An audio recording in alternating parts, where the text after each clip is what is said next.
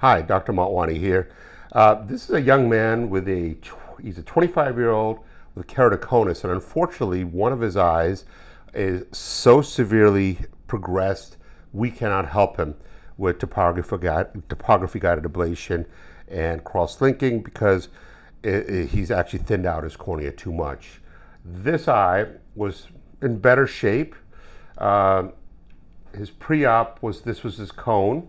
It's interesting, you could only really measure 2 diopters by hand measurement, but his topography measured astigmatism was much higher, 7 diopters, which essentially meant that if you actually took or decreased this cone, he's going to have a lot of astigmatism left over. And this is him now. We've decreased his cone.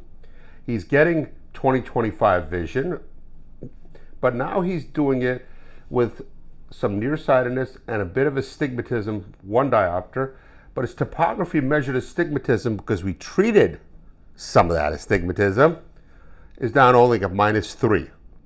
And we can look at how this continues to heal, because this is only 1 month out. He may end up actually, as he actually heals, showing a little bit more astigmatism in his refraction, or as his epithelium actually renormalizes, may actually drop his topography measured astigmatism down further to have even less astigmatism, which I believe is going to happen. That, in other words, he's actually going to get even more vision with a little bit of astigmatic correction here, because this cornea will actually get smoother from 2 forces. Number 1, the actual cross-linking will become more dynamic and a little bit flatter over time. And number 2, I think his epithelium is going to renormalize, and he's actually going to see that drop, and we're going to report back after a few months.